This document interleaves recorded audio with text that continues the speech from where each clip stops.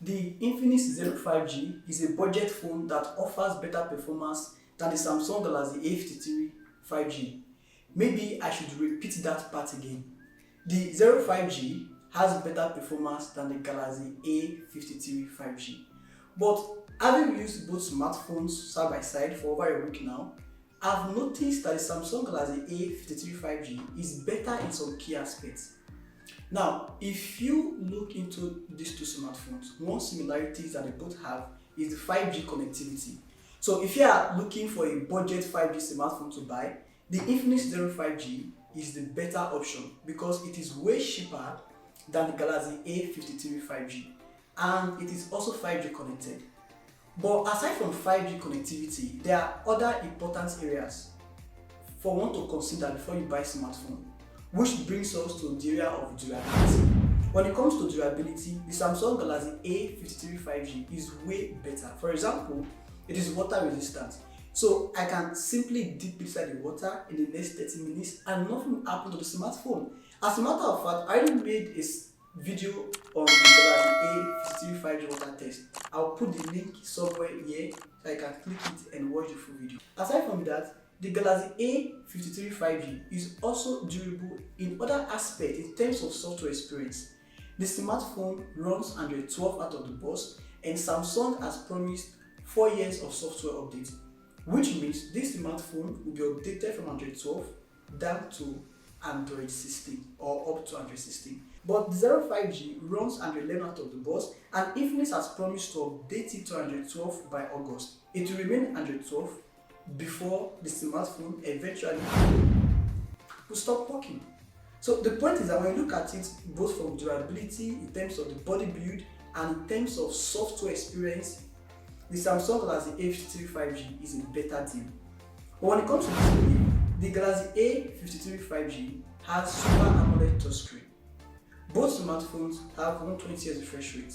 The major difference is that the Galaxy A53 5G Super AMOLED is brighter and more colorful than the IPS LCD on the Infinix 05G. The design of the 05G, however, is more user-friendly. You have the 3.5mm headphone jack available, but in case of Samsung Galaxy A53 5G, you don't have the 3.5mm available. So you have to stick to wireless earphones like the ones I have here.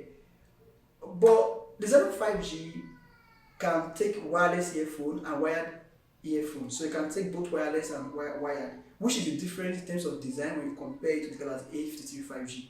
Now when it comes to performance, 05G is a beast. It is powered by MediaTek Dimensity 900 5G chipset, which is way more powerful than the Exynos 1280 on the Samsung Galaxy A53 5G. So when it comes to playing of games, when it comes to rendering, when it comes to switching between applications, that fast swiftness, anything that requires the inner strength of the smartphone, the 05G is better than the Samsung Galaxy A53 5G. Running benchmark on Antutu and Geekbench, man, it's crazy. The 05G smashed the Exynos 1280, so it couldn't catch up with the Dimensity 900 5G chipset. Now in terms of camera, that is where Samsung has proved to be very, I would say it is one of the main strengths of the smartphone. The main camera is 64 megapixel with 12 megapixel ultra wide. It is versatile. Then you have a series of 5 megapixel for macro and depth sensor. Then up front you have a selfie camera that can take crisp imaging. The camera of the 05 is not even bad. It is average. It gives you what you need. But just that when you stretch or when you take them to their limits, the Samsung Galaxy A53 5G is better in camera. Now let's take it to the battery aspect. Both smartphones have 5000 mAh battery capacity, and the 05G comes with 33W fast charge, while the Galaxy A53 5G support 25W fast charge. Now the plot twist or the twist plus or whatever they call it, this is how it goes. On the Galaxy A53 5G, you don't have any charger in the box. You only have the box and the smartphone. There's no power adapter. But 05G comes with complete accessories, both the body protective case, and also the charger in the box. So the Galaxy 3 5G doesn't come with any of that. That means after spending $450 to buy the Galaxy 3 5G, you have to spend extra cash to get a fitting charger for the smartphone and also a protective case for the smartphone. Now that will add more to the expense. And since the next gen of connectivity is 5G, if you want a budget 5G smartphone to buy, 05G is budget friendly. But for how long can you use it? Well, in the case of Galaxy 3 5G, because to be supporting software updates up to 6 years, okay, up to 4 years, and 5 years of security patch, it means you can use the Galaxy A53 5G up to 2027, which is long-term usage. And since it is water resistant, that means it is durable in almost all segments you can think of. So yes, I recommend Galaxy 3 5G if you have the 223k to buy the smartphone.